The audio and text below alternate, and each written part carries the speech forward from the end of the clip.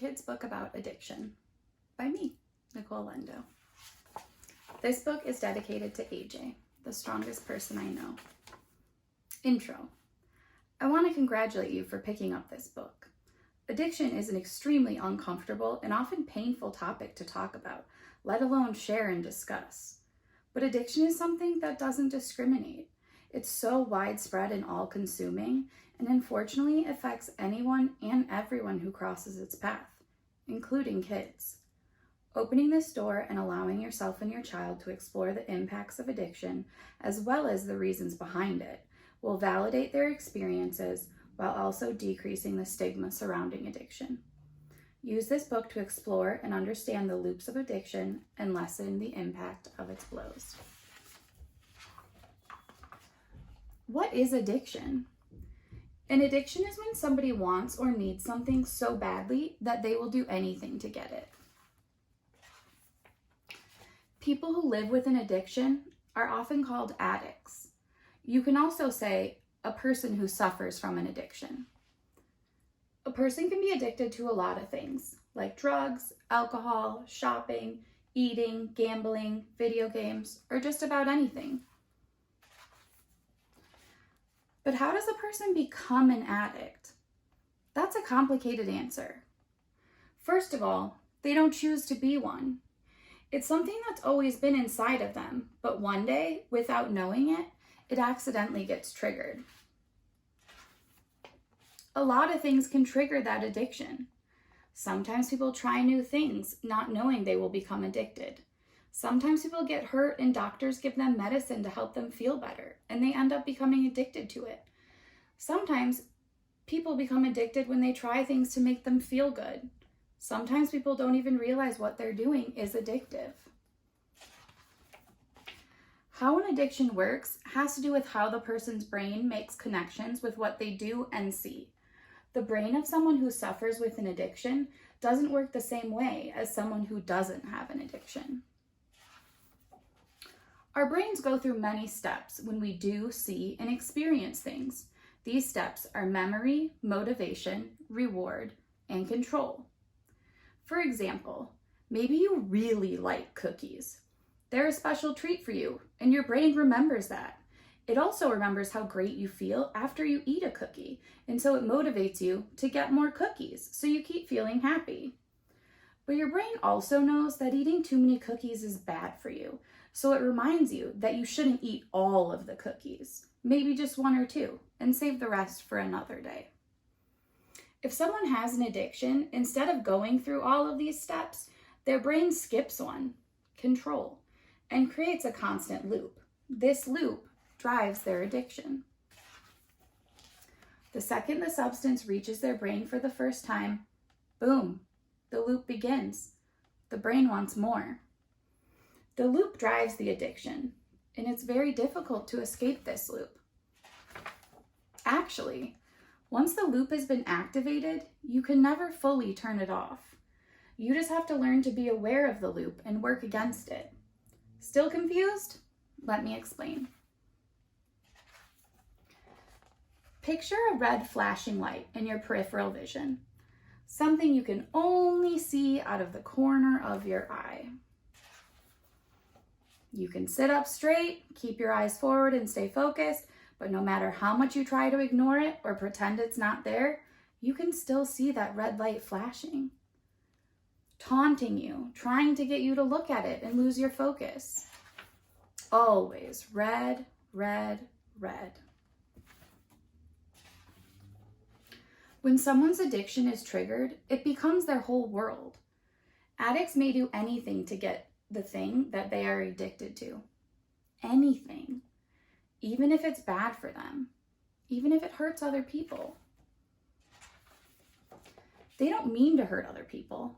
A lot of the time, they don't even realize they're doing it. They are living in the loop and can't see anything outside of it. They can't see how they're affecting everyone around them. Sometimes they don't even realize they're in the loop at all. If someone you know or love is in that loop of addiction, it can be a difficult thing to cope with. To cope means to deal with or overcome problems or situations. You might feel lonely. You might feel disposable. You might feel neglected. You might feel angry, frustrated, guilty, or even heartbroken. It's okay to feel this way. It's normal. But you need to understand, they aren't hurting you on purpose.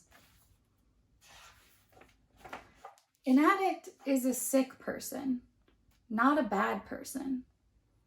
So what they do because of their addiction has nothing to do with you or anything you've done. I promise. The addict loves you, even if they don't always show it. They're just in the loop, and you're outside of the loop. I was outside of the loop too. I know how it feels to watch someone you love struggle with their addiction. You feel helpless. You feel lost and confused. It hurts so much, it feels like you can't breathe. Dealing with addiction never gets easier, but here are a few things that you should always remember. 1, you didn't cause the person to be an addict. It isn't your fault. Even if you had a temper tantrum, even if you called them names, even if you weren't very nice, these things don't cause addiction. Number 2, you can't control it. Read that again. You can't control it.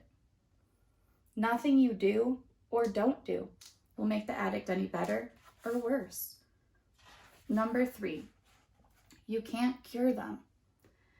That means there's no medicine that you give to an addict to make them better. They must decide to get better themselves and work really hard, really, really, really hard each and every day to stay that way. The road to recovery isn't simple. Recovery is the process of fighting against your addiction in order to get better. Relapse is common, but definitely not the end of the road. Relapse is when the addict falls back into the loop of addiction after they've started their recovery. But while you can't fix someone's addiction, you can support them in their recovery.